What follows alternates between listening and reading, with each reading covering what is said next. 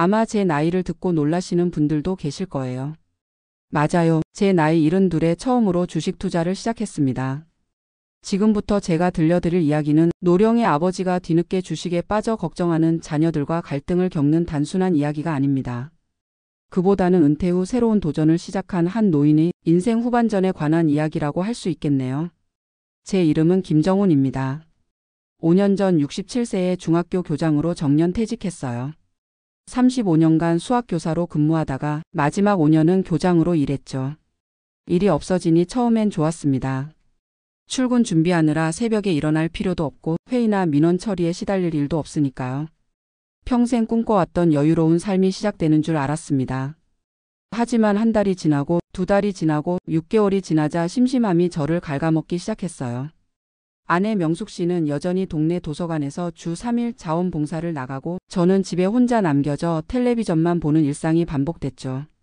처음에는 산책도 다니고 근처 경로당에서 바둑도 두고 복지관에서 스마트폰 교육도 받았습니다. 하지만 그런 일상도 곧 지루해졌어요.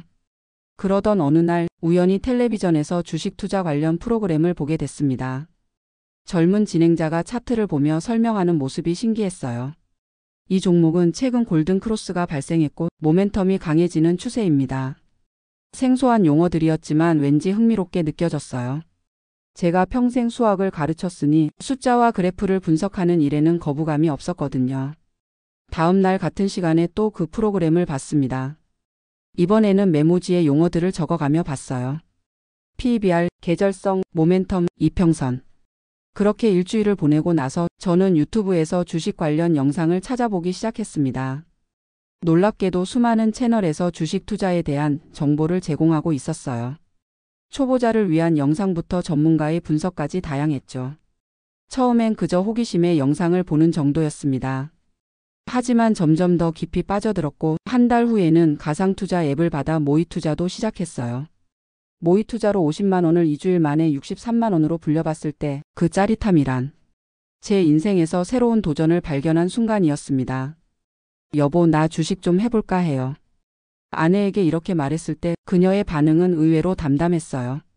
당신이 재미있게 할 수 있는 일이라면 한번 해봐요. 큰돈 아니면 괜찮겠죠. 그렇게 저는 퇴직금 중 1,000만 원을 떼어 주식 계좌를 개설했습니다.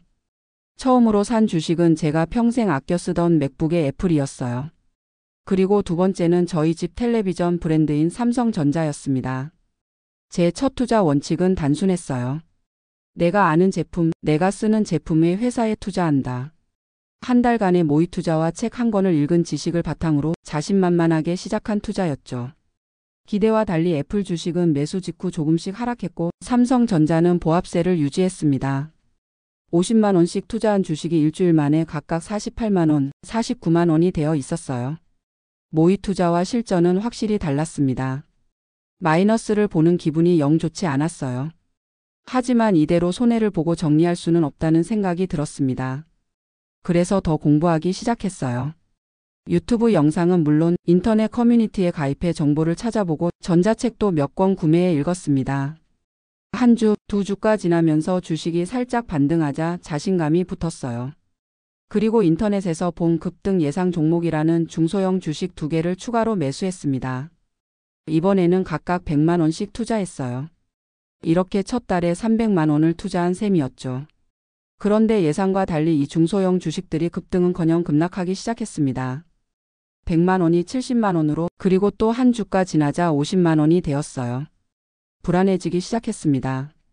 하지만 주식 커뮤니티에서는 이럴 때일수록 존버해야 한다는 글들이 많았어요. 존버, 견뎌내며 버틴다는 뜻의 신조어였죠.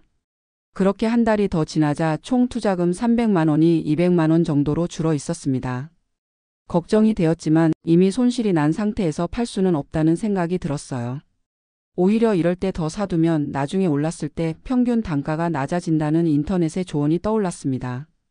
그래서 저는 또 200만 원을 더 투자했어요. 기존에 산 종목들 중 가장 많이 하락한 두 종목에 100만 원씩 추가로 매수한 겁니다. 이렇게 총 500만 원이 투자된 상태였죠. 아버지, 요즘 주식 하신다면서요? 어느 주말 둘째 아들 민석이가 집에 놀러 왔을 때 물었습니다. 아마 아내가 말했나 봐요. 응, 한 달 전부터 조금씩 하고 있어. 너무 심심해서 말이야. 재미있더라. 많이 하시는 건 아니죠? 요즘 시장이 안 좋다던데. 아들의 표정이 걱정스러워 보였습니다. 별로 안 했어. 조금씩만 해보는 거야. 괜찮아. 사실 500만 원이 저에게는 적은 돈이 아니었습니다. 하지만 아들에게 걱정을 끼치고 싶지 않았어요. 그날 저녁 민석이는 돌아가기 전에 저에게 말했습니다. 아버지, 주식은 정말 어려운 거예요. 저도 몇 번 해봤다가 손해봤어요. 요즘은 전문가들도 어렵다고 하는데 조심하세요. 민석이의 충고가 마음에 걸렸지만 이미 손실이 발생한 상태에서 포기할 수는 없었습니다. 오히려 더 열심히 공부해서 잃은 돈을 되찾겠다는 결심을 했어요. 그렇게 시간이 지나 주식을 시작한 지 2달째가 되었습니다. 총 500만 원의 투자금은 350만 원 정도로 줄어 있었어요. 하지만 저는 포기하지 않고 더 적극적으로 정보를 찾기 시작했습니다. 인터넷 커뮤니티는 물론 텔레그램 투자 정보방에도 가입했어요. 거기서 확실한 정보라며 공유되는 종목들에 귀가 솔깃해졌습니다. 이번 주에 실적 발표 있는데 깜짝 실적 예상됩니다. 지금 들어가면 30% 이상 수익 가능합니다. 이런 글을 보면 가슴이 뛰었어요. 잃어버린 돈을 한 번에 되찾을 수 있을 것 같은 기대감이 생겼죠. 그래서 퇴직금에서 다시 500만 원을 빼서 그 확실한 종목에 투자했습니다. 이제 총 1000만 원이 주식시장에 들어간 셈이었어요. 여기서 문제가 생겼습니다. 퇴직금 통장의 움직임을 눈치챈 아내가 물었어요. 여보, 퇴직금 통장에서 돈 뺐어요? 아, 그게 주식에 조금 더 투자해 보려고. 조금이요? 얼마나 한 거예요, 지금? 아내의 표정이 굳어졌습니다. 1000만 원 정도. 1000만 원이요? 당신 미쳤어요? 우리 노후 자금인데. 아내는 화를 냈고 저는 괜찮을 거라고 곧 수익이 날 거라고 설명했지만 소용없었습니다. 결국 아내는 둘째에게 전화를 걸었고 상황을 설명했어요. 다음 주말 이번에는 첫째 아들 민기까지 함께 집에 왔습니다. 가족회의가 열린 거죠. 아버지, 정말 큰일 날 뻔했네요. 그 텔레그램방 다 사기꾼들이에요. 유명한 수법이라고요. 민기가 말했습니다. 그는 금융권에서 일하고 있어 이런 일에 밝았어요. 거기서 추천하는 종목은 이미 그들이 싸게 매수해둔 주식이에요. 많은 사람들이 그들의 말을 듣고 사면 주가가 올라가고 그때 그들은 미리 사둔 주식을 비싸게 팔아버리는 거예요. 그러면 남은 사람들은 다 손해를 보게 되죠. 민기의 설명에 온 몸에 식은땀이 흘렀습니다. 정말 그랬다면 내가 또 속은 것이었죠. 아버지, 지금이라도 다 정리하세요. 더 큰 손실이 나기 전에요. 민석이도 거들었습니다. 아니, 지금 팔면 손해가 확정되는 건데. 제가 항변했지만 두 아들은 단호했어요. 지금 손해를 보더라도 나중에 더 큰 손해를 막는 게 중요해요. 이런 걸 현명한 손절이라고 해요. 결국 아내와 아들들의 압박에 저는 주식을 전부 정리했습니다.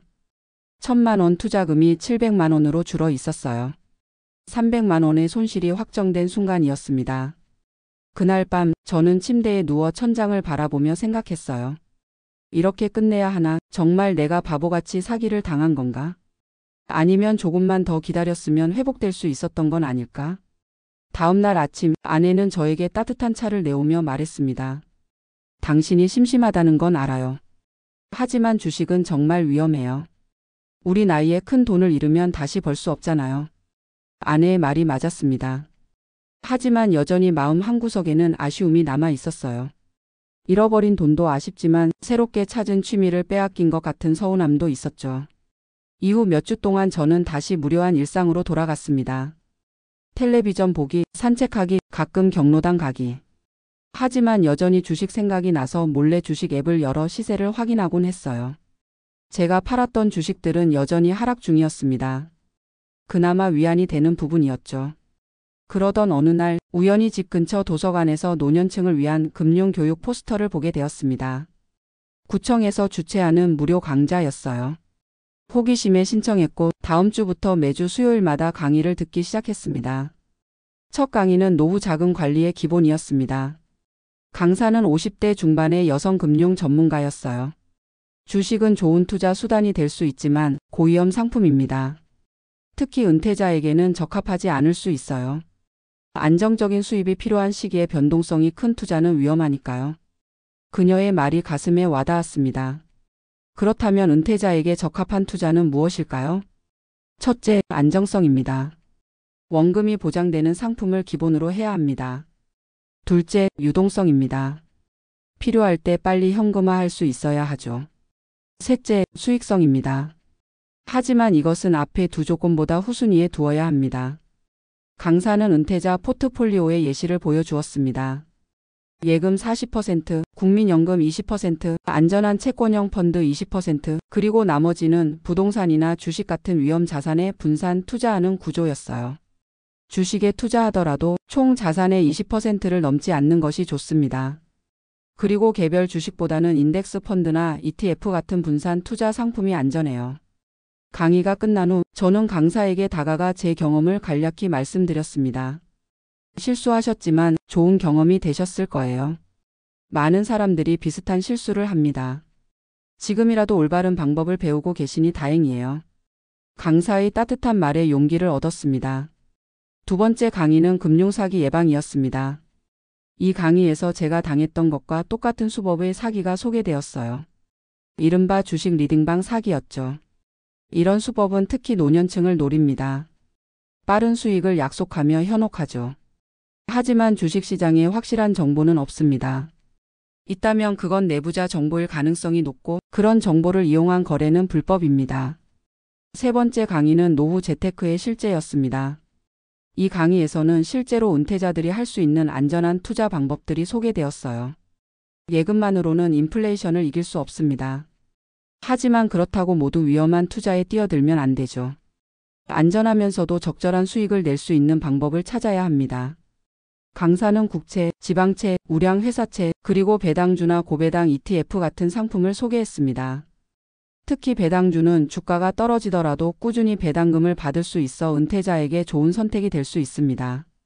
삼성전자, 기업은행, KT&G 같은 국내 대표 기업들이 꾸준한 배당을 주는 편이죠. 이 말을 듣고 생각했습니다. 아, 그래서 사람들이 삼성전자를 많이 사는구나. 나도 샀던 주식인데. 강의를 모두 수강한 후 저는 집에 돌아와 아내에게 모든 것을 이야기했습니다. 배운 내용들, 깨달은 점들, 그리고 새로운 계획까지. 여보, 내가 정말 바보같이 행동했어요. 미안해요. 괜찮아요. 다 경험이죠. 그래서 앞으로 어떻게 하고 싶으세요? 주식을 완전히 포기하진 않을래요. 하지만 이번엔 제대로 공부하고 올바른 방법으로 시작할 거예요. 그리고 무엇보다 당신과 상의하면서 할게요. 아내는 미소를 지었습니다. 그럼 한 번 더 기회를 줄게요. 하지만 이번엔 약속해야 해요.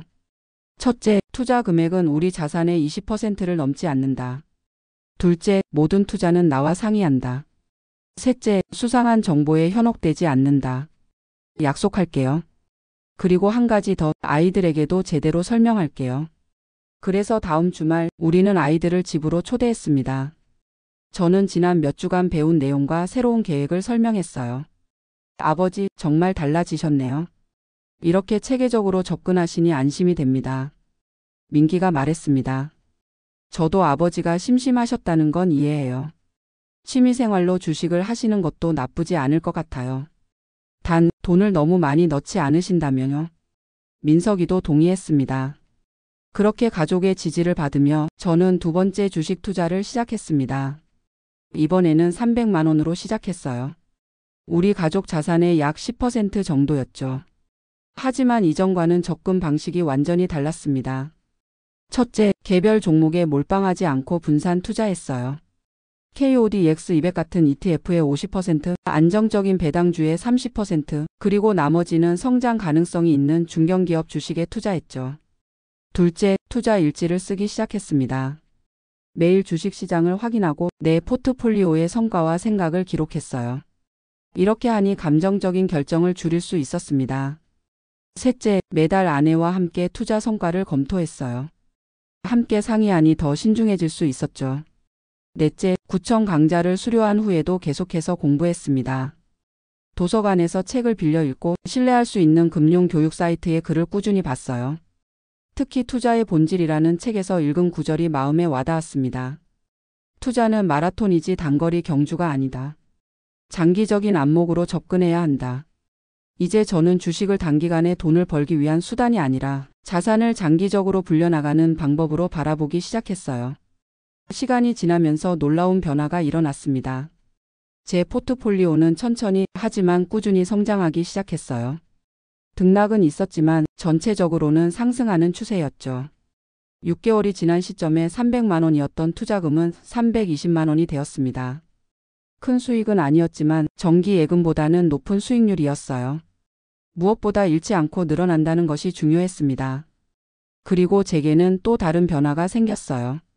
주식 투자를 통해 경제에 관심을 갖게 되면서 뉴스를 보는 시각도 달라졌습니다. 이제는 단순히 사건 사고가 아니라 경제 뉴스에도 주목하게 된 거죠. 이번 미국 연방준비제도의 금리 인상이 우리 주식시장에 어떤 영향을 미칠까? 이런 질문을 스스로에게 던지며 생각하는 습관이 생겼어요. 더 놀라운 것은 아들들과의 대화가 더 풍부해졌다는 점입니다. 특히 금융권에서 일하는 민기와는 주식시장에 대해 이야기하며 더 가까워질 수 있었어요. 아버지, 요즘 반도체 업종이 어떻다고 생각하세요? 이런 질문을 받았을 때 제가 나름의 견해를 말할 수 있다는 것이 뿌듯했습니다. 은퇴 후 빈 둥지 증후군으로 외로웠던 시간들이 이제는 새로운 관심사와 가족과의 대화로 채워지고 있었어요. 투자를 시작한 지 1년이 되던 날, 저는 가족들을 초대해 작은 파티를 열었습니다. 투자 성과를 공유하고 감사의 마음을 전하고 싶었거든요. 여러분 덕분에 제가 많이 성장했어요. 비록 처음에는 실수해서 돈을 잃기도 했지만 그 경험이 저를 더 지혜롭게 만들었다고 생각합니다. 무엇보다 이런 새로운 도전이 제 노후 생활에 활기를 불어넣어 주었어요. 식탁에는 아내가 정성껏 준비한 음식들이 가득했고 우리는 오랜만에 가족 모두가 모여 즐거운 시간을 보냈습니다. 아버지, 처음에는 걱정했는데 이제는 정말 자랑스러워요. 많은 분들이 은퇴 후에 무기력해지는데 아버지는 오히려 더 적극적으로 새로운 것을 배우시니까요. 민석이의 말에 가슴이 뭉클했습니다. 사실 저도 처음에는 아버지가 주식하신다고 했을 때 많이 놀랐어요. 특히 요즘처럼 시장이 불안정할 때는 전문가들도 어려워하거든요. 하지만 아버지께서 이렇게 체계적으로 접근하시는 모습을 보니 안심이 됩니다. 민기도 웃으며 말했습니다. 그날 밤 아내와 함께 베란다에 앉아 별을 보며 이야기를 나눴습니다. 여보, 고마워요. 내가 실수했을 때 너무 화내지 않고 이해해줘서요. 당신이 바보같이 굴 때는 화도 났지만 그래도 당신의 도전 정신은 항상 존경해요. 우리 나이에 새로운 것을 배우려는 의지가 대단하다고 생각해요. 사실 주식 투자 자체보다 이 과정에서 배우는 것들이 더 값진 것 같아요. 경제에 대해 배우고 세상을 보는 시각이 넓어지고 아이들과도 더 많은 대화를 나눌 수 있게 되었으니까요. 아내는 고개를 끄덕이며 미소 지었습니다. 그리고 무엇보다 내가 아직 새로운 것을 배우고 도전할 수 있다는 자신감을 얻었어요.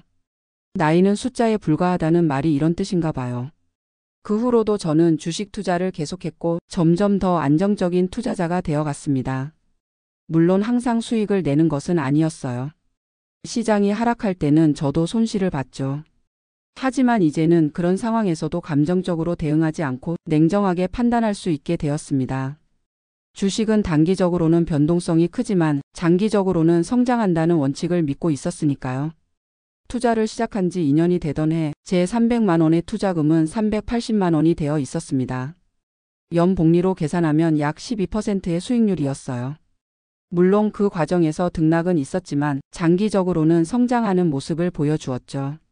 더 놀라운 것은 주식 투자 경험이 제 삶의 다른 영역에도 긍정적인 영향을 미쳤다는 점입니다. 첫째, 디지털 기기에 더 익숙해졌어요. 주식 앱을 사용하다 보니 스마트폰 활용 능력이 전반적으로 향상되었죠. 둘째, 사회적 관계가 넓어졌습니다. 구청 금융 교육을 통해 알게 된 동년배 투자자들과 정기적으로 모임을 갖게 되었어요. 매월 한 번씩 만나 투자 경험을 공유하고 서로의 관점에서 경제와 시장을 바라보는 시간이었죠. 셋째, 인생에 대한 관점이 바뀌었습니다. 은퇴 후의 삶은 그저 쉬는 시간이라는 생각에서 새로운 시작과 도전의 시간이라는 인식으로 전환되었어요.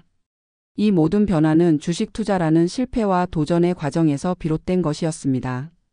만약 처음부터 성공적인 투자를 했다면 오히려 이런 깊은 배움은 없었을지도 모르겠어요. 실패와 좌절이 있었기에 더 겸손하게, 더 진지하게 배울 수 있었던 것 같습니다. 2년 반이 지난 어느 날 저는 우연히 도서관에서 금융교육 봉사자를 모집한다는 공고를 보게 되었습니다. 노년층을 대상으로 기초금융교육을 진행할 봉사자를 찾고 있었어요. 내가 할 수 있을까? 라는 의문이 들었지만 용기를 내어 지원했습니다.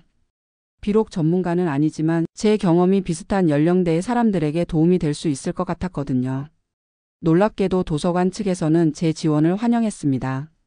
전문 금융인이 아닌 실제로 은퇴 후 투자를 경험한 일반인의 시각이 더 공감대를 형성할 수 있다고 생각했던 거죠.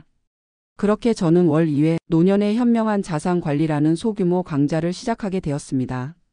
제 첫 수업 주제는 은퇴자가 주식 투자에서 피해야 할 실수들이었어요. 여러분, 저는 전문가가 아닙니다. 오히려 많은 실수를 경험한 평범한 은퇴자예요. 하지만 그 실수들을 통해 배운 교훈을 여러분과 나누고 싶습니다. 첫 수업에는 10명 정도의 수강생이 참석했습니다. 모두 저와 비슷한 연령대의 은퇴자들이었어요. 처음에는 긴장했지만 제 실패담을 솔직하게 나누자 많은 분들이 공감하며 웃음 짓기 시작했습니다. 저도 비슷한 경험이 있어요. 손주 대학 등록금으로 모아둔 돈을 가상화폐에 투자했다가 크게 손해봤어요. 한 수강생의 고백에 다른 분들도 하나둘씩 자신의 경험을 나누기 시작했습니다. 그렇게 우리는 서로의 실수와 교훈을 공유하며 함께 배워나갔어요. 두 번째 수업부터는 수강생이 15명으로 늘었고 한 달 후에는 20명이 넘게 참석하게 되었습니다. 입소문이 퍼진 거죠. 김정훈 선생님의 강의는 실제 경험에서 우러나와 공감되고 이해하기 쉽다는 평가를 받았어요. 강의를 준비하며 저도 더 많이 공부하게 되었습니다. 단순히 제 경험만 나누는 것이 아니라 정확한 정보와 다양한 사례를 전달하고 싶었거든요. 그래서 더 많은 책을 읽고 신뢰할 수 있는 금융 교육 자료들을 찾아보았습니다. 이 과정에서 제 투자 역량도 더욱 발전했고 포트폴리오도 더 다양화되었어요. 이제는 국내 주식뿐만 아니라 해외 ETF와 채권형 펀드까지 포함한 균형 잡힌 포트폴리오를 구성하게 되었습니다. 투자 3년 차가 되던 해 저는 초기 투자금 300만 원을 420만 원으로 불렸고 추가로 300만 원을 더 투자했습니다. 물론 여전히 전체 자산의 20%를 넘지 않는 범위 내에서요. 아내도 이제는 제 투자에 대해 걱정하지 않았습니다. 오히려 함께 경제 뉴스를 보며 의견을 나누는 사이가 되었어요.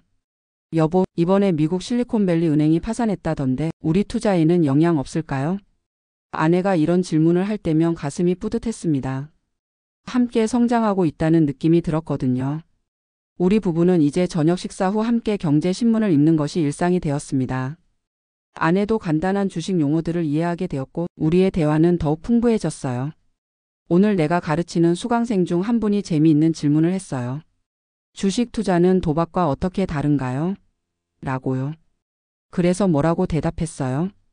도박은 운에 전적으로 의존하지만 주식 투자는 정보와 분석을 바탕으로 한 의사결정이라고 설명했어요. 물론 단기적으로는 운이 작용할 수 있지만 장기적으로는 합리적 판단이 더 중요하다고요. 그래도 일부 사람들은 주식을 마치 도박처럼 하는 것 같아요. 당신이 처음에 그랬듯이. 아내의 말에 우리는 함께 웃었습니다. 봉사활동을 시작한 지 1년이 지났을 때 도서관에서는 제게 정식 강사 자리를 제안했습니다. 소정의 강사료를 받으며 더 체계적인 커리큘럼으로 교육을 진행하는 것이었죠. 선생님의 강의가 수강생들에게 큰 도움이 되고 있습니다. 특히 비슷한 연령대의 강사님이기에 더 공감대가 형성되는 것 같아요. 도서관 담당자의 말에 감사하게 생각했지만 저는 봉사활동으로 계속하고 싶다고 말했습니다. 돈을 받으면 부담이 될 것 같아요. 제가 이 활동을 통해 얻는 보람과 기쁨이 더 크거든요. 오히려 그 예산으로 더 많은 교육 자료를 제공해 주시면 좋겠습니다. 그렇게 저는 계속해서 무보수로 강의를 이어갔고 도서관에서는 더 다양한 교육 자료와 프로그램을 지원해 주었습니다. 어느 날 지역 신문 기자가 도서관 교육 프로그램을 취재하러 왔다가 제 강의에 관심을 보였습니다. 70대 은퇴 교장 선생님이 주식 투자 강의를 한다는 이야기를 듣고 흥미로웠습니다. 인터뷰해도 될까요? 처음에는 쑥스러웠지만 이 기회가 더 많은 은퇴자들에게 도움이 될 수 있을 것 같아 수락했습니다. 다음 주 지역 신문에는 72세 은퇴 교장, 주식 실패에서 배움을 얻어 이웃들과 나눔의 삶 실천이라는 제목의 기사가 실렸습니다. 기사를 본 많은 분들이 제 강의에 관심을 보였고 수강 신청이 급증했어요. 이제는 한 반이 아닌 2개 반으로 나누어 강의를 진행하게 되었습니다. 화요일반과 목요일반으로요. 더 많은 사람들에게 도움을 줄 수 있다는 생각에 기뻤지만 준비해야 할 양도 그만큼 늘어 부담이 되기도 했어요. 그러던 중 의외의 도움이 찾아왔습니다. 첫째 아들 민기가 주말마다 집에 와서 강의 자료를 함께 준비해주기 시작한 것이었어요. 아버지, 제가 금융권에서 일하면서 알게 된 실용적인 정보들이 있어요. 아버지 강의에 도움이 될 수 있을 것 같아요. 민기의 도움으로 제 강의는 더욱 풍부해졌습니다. 실제 금융 현장의 생생한 정보들이 더해졌거든요. 때로는 민기가 특별 강사로 참여해 질의응답 시간을 진행하기도 했습니다. 그렇게 아버지와 아들이 함께하는 금융교육 프로그램은 지역 사회에서 인기 있는 강좌가 되었어요. 수강생들은 이론과 실제 경험, 그리고 현장의 최신 정보까지 모두 들을 수 있어 매우 만족해했습니다. 투자 4년 차가 되던 해 코로나19 팬데믹이 발생했고 주식시장은 큰 폭으로 하락했습니다. 많은 투자자들이 공포에 질려 주식을 팔아치웠고 제 수강생들 중에도 불안해하는 분들이 많았어요. 그때 저는 특별 강의를 열어 위기 상황에서의 투자 원칙에 대해 이야기했습니다. 시장이 공포에 휩싸였을 때가 오히려 기회일 수 있습니다. 물론 무작정 박앤세일이라고 뛰어들면 안 되지만 장기적 관점에서 좋은 기업들의 주가가 과도하게 하락했다면 오히려 매수의 기회로 삼을 수 있어요. 저 자신도 이 원칙을 따라 추가 자금 200만 원을 투자했습니다. 물론 한꺼번에 모두 투자하지 않고 시장 상황을 보며 조금씩 분할 매수했어요. 이 결정은 나중에 현명한 선택으로 증명되었습니다. 팬데믹 상황이 안정되고 주식시장이 회복되면서 제 포트폴리오도 큰 폭으로 성장했거든요. 투자를 시작한 지 5년이 되는 해 총 투자금 1,000만 원은 1,500만 원으로 늘어났습니다. 연평균 10%에 가까운 수익률이었어요.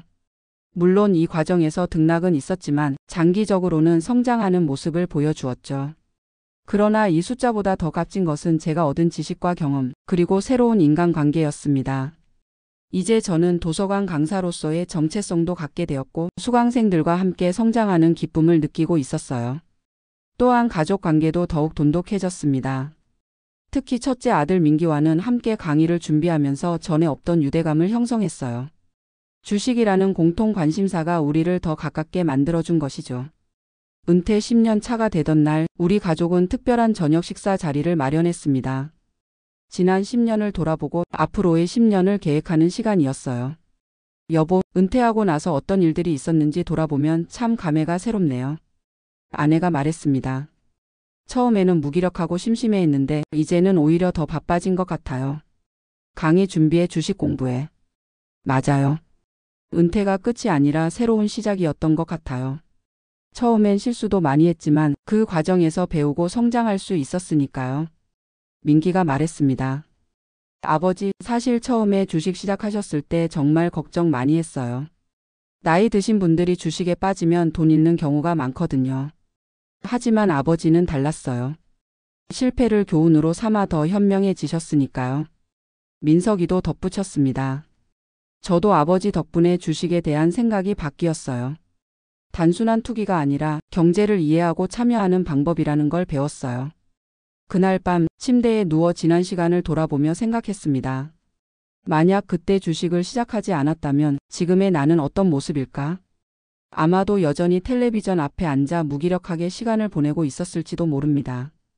그저 나이 들어가는 것을 체념하며 살고 있었겠죠. 하지만 지금의 저는 달랐습니다. 77세의 나이에도 여전히 배우고 가르치고 도전하는 삶을 살고 있었어요. 비록 처음에는 자녀들의 반대로 갈등도 있었지만 그 과정을 통해 우리 가족은 더 가까워졌고 서로를 더 깊이 이해하게 되었습니다. 주식 투자는 단순한 돈 버는 수단이 아니었습니다. 그것은 제게 새로운 세계를 열어준 열쇠였어요. 경제를 이해하는 시각, 세상을 바라보는 관점, 그리고 무엇보다 나이는 숫자에 불과하다는 깨달음을 준 소중한 경험이었습니다. 지금도 가끔 제 첫 번째 투자에서 잃었던 300만 원을 생각합니다. 그때는 큰 손실처럼 느껴졌지만 지금 돌이켜보면 값진 수업료였던 것 같아요. 그 실패가 없었다면 제대로 배우고 성장할 기회도 없었을 테니까요. 그리고 자녀들이 처음에 저를 말렸던 이유도 이제는 완전히 이해합니다. 그들은 단순히 제가 돈을 잃을까봐 걱정한 것이 아니었어요. 노년의 부모가 잘못된 선택으로 상처받는 것을 보고 싶지 않았던 것이죠. 그들의 걱정과 조언이 있었기에 저는 더 신중하고 현명한 투자자가 될 수 있었습니다. 이제 저는 주변 사람들에게 이렇게 조언합니다. 나이가 들었다고 새로운 도전을 두려워하지 마세요. 다만 그 도전이 현명한 선택인지 먼저 생각해 보세요. 그리고 가족과 함께 상의하고 결정하세요. 가족의 지지와 조언은 당신의 도전을 더 안전하고 풍요롭게 만들어줄 것입니다.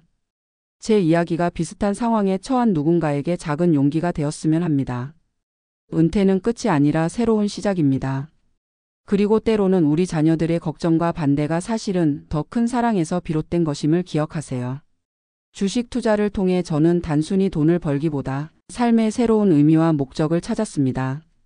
그리고 그 과정에서 가족의 소중함을 끊임없이 배우고 성장하는 기쁨을, 그리고 다른 이들과 나누는 행복을 발견했어요.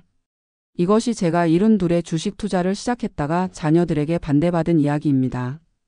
실패와 좌절도 있었지만 그 모든 과정이 제 노년의 삶을 더욱 풍요롭게 만들어준 소중한 여정이었습니다. 여러분의 노년도 끊임없는 도전과 배움으로 가득하기를 진심으로 바랍니다. 감사합니다.